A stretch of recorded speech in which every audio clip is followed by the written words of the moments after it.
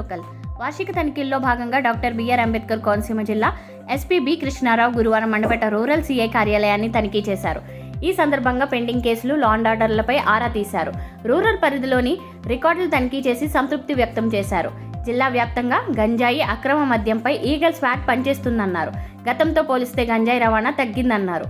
నేరస్తులను పట్టుకోవడంలో CC కెమెరాల పాత్ర ఎంతో ఉందని, ప్రస్తుతం అన్ని సీసీ కెమెరాలు పనిచేస్తున్నాయని అన్నారు. పట్టణంలో పెరుగుతున్న ట్రాఫిక్ సమస్యను అదుపు చేసేందుకు అధికారులతో మాట్లాడి ప్రధాన కూడళ్లలో ట్రాఫిక్ సిగ్నల్స్ ఏర్పాటు చేసే దిశగా అధికారులతో చర్చిస్తామన్నారు. ఈ కార్యక్రమంలో రామచంద్రపురం డీఎస్పీ బి రఘువీర్, రూరల్ పోలీస్ సిబ్బంది పాల్గొన్నారు. Good evening everyone. ఈరోజు మండపేట రూరల్ సర్కిల్ ఆఫీస్ ఇన్స్పెక్షన్కి రావడం జరిగింది. లాస్ట్ 3 years ఒక క్రైమ్ని రివ్యూ చేస్తూ ఉంటాం.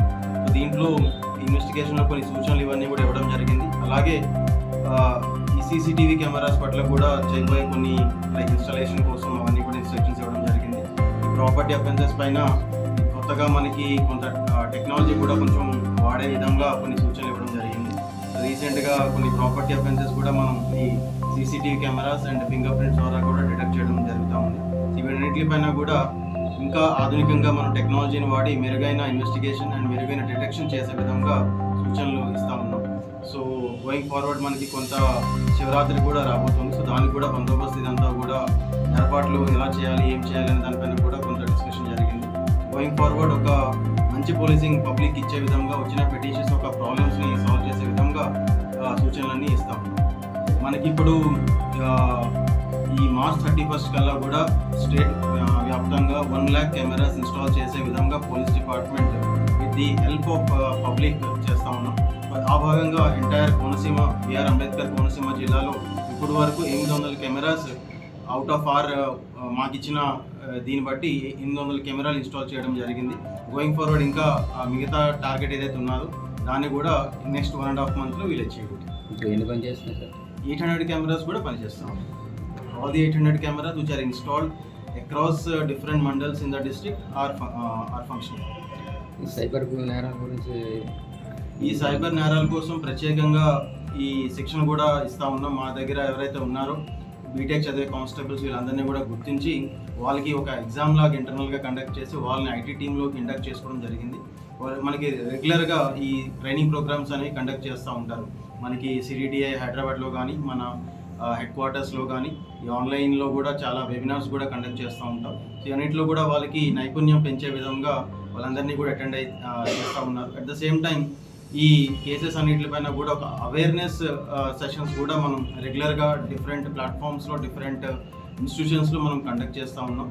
సో ఎందుకంటే దీంట్లో ముఖ్యంగా ప్రివెన్షన్ చాలా చాలా ఇంపార్టెంట్. మనకి సైబర్ అవేర్నెస్ మనకి మారుతూ ఉంటుంది.